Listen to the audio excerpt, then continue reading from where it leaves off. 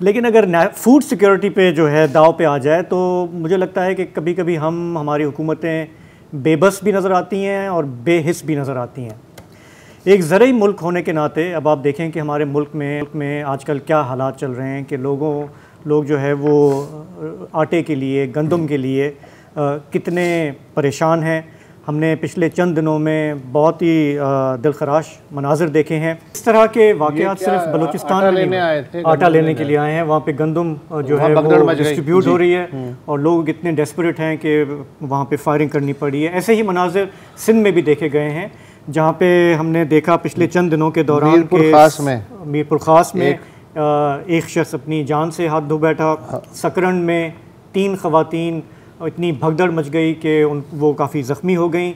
और तस्वीरें हमारे पास जो आ रही हैं वो पूरे पाकिस्तान से आ रही हैं। स्कर्दू से लेकर गवादर तक एक बेचैनी है, लोग रोटी को तरस रहे हैं।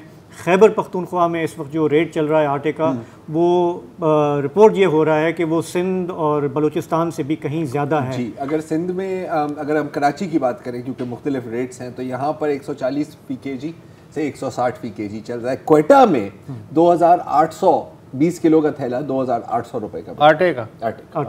और इसी तरह खैबर पख्तूनख्वा से भी ये खबरें थीं कि 2600 या 3000 तक भी जो है वो कहीं कहीं पे बिक रहा है। पंजाब के शहरों से भी यही रिपोर्टें आ रही हैं। रावलपिंडी से भी जो तस्वीर सामने आ रही हैं वो इसी तरह की डेस्परेशन एक है। रहीम यार खान हो गया, राजनपुर हो गया, हर जगह एक ही कहानी है।